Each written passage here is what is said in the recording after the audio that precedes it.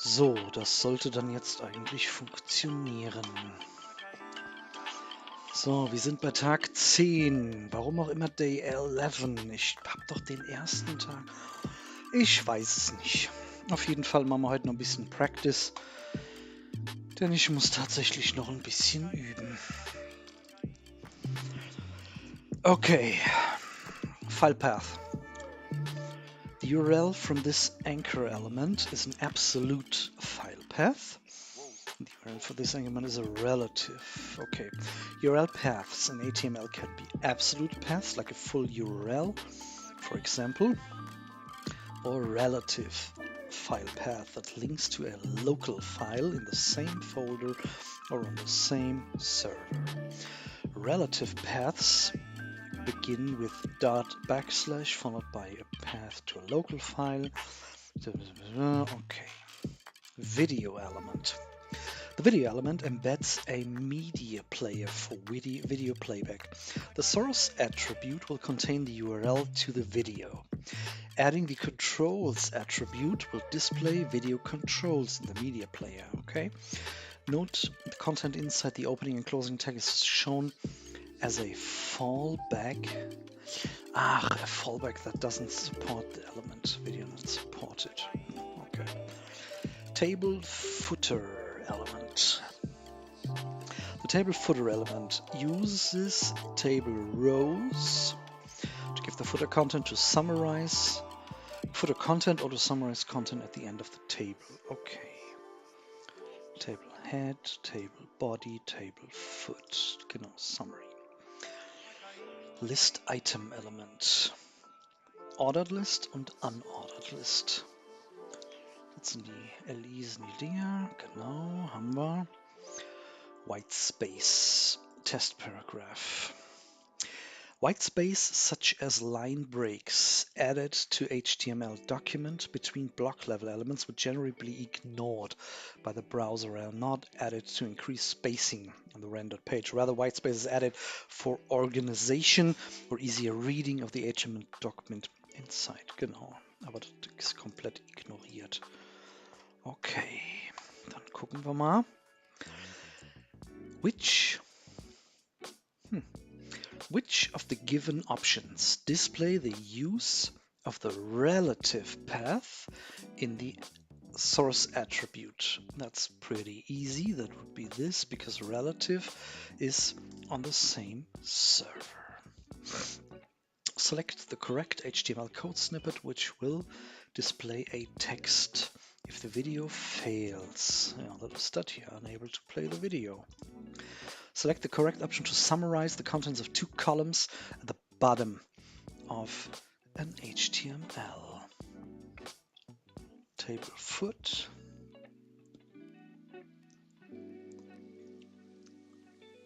Tja, table data. Ja, nee, body nicht. Ja, ist nicht footer, sondern ist nur foot. Create an ordered list with the following items. All right. Ordered list. Li. Und zumachen.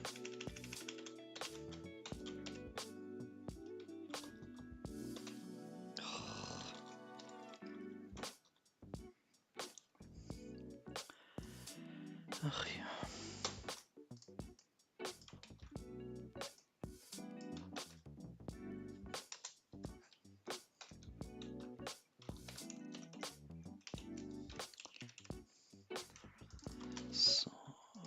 haben Blueberries, wir haben Raspberries und wir haben Blackberries.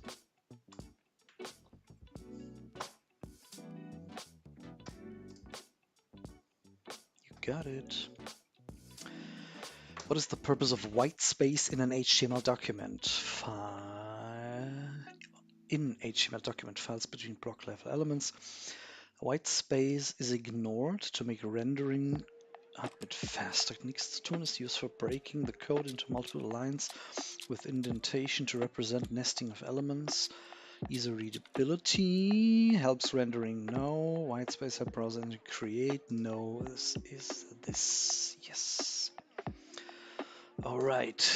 One more.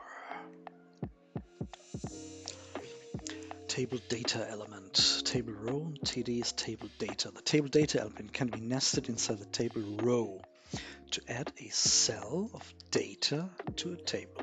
Okay. Table heading. The table heading element is used to add titles to rows and columns of a table and must be enclosed in a table row element. Genau. TR. Okay. Data list element. When using an HTML input, a basic search autocomplete functionality can be achieved by pairing an input with a data list. Okay. To pair an input with a data list, the inputs list value must match the ID of the data list. So, genau, Input List IDE und dann haben wir hier die Data List IDE mit den verschiedenen Values. The list of data is shown as a drop-down on an input field. When the user clicks on the input field, as the user starts typing, the list will be updated. The actual list items are specified as multiple option elements nested inside the data list. Data lists are ideal when providing users a list of predefined options, but also allow them to write alternative inputs as well. Data list, input data list, option data list. Text type. HTML input elements can support text input by setting the attribute type equals text. This renders a single row input field that users can type text inside. The value of the input's name and value attribute of the element are sent as key value pair when the form is submitted. HTML tag. The syntax for a single HTML tag is an opening angle bracket followed by the element name and the closing. Genau. Okay. Which HTML code block represents a few table data enclosed by the proper parent element? This one. It's the only one with table data inside. So come on. Add two table headings to the table row.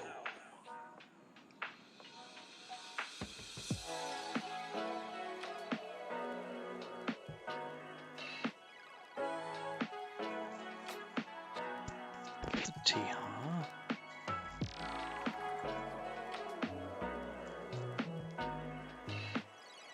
Schon.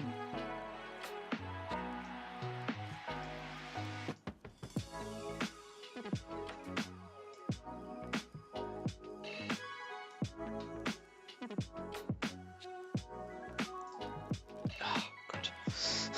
Okay. Table heading ist tatsächlich TH.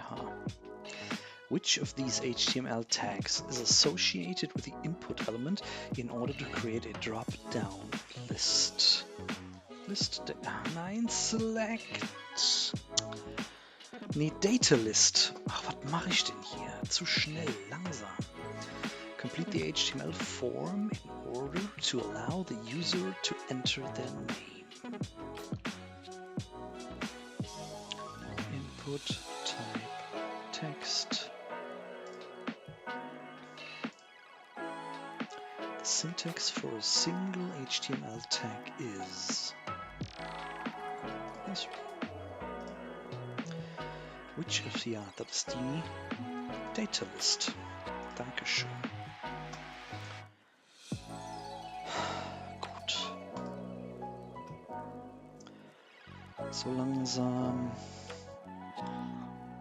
kommt das ein oder andere an. Gut.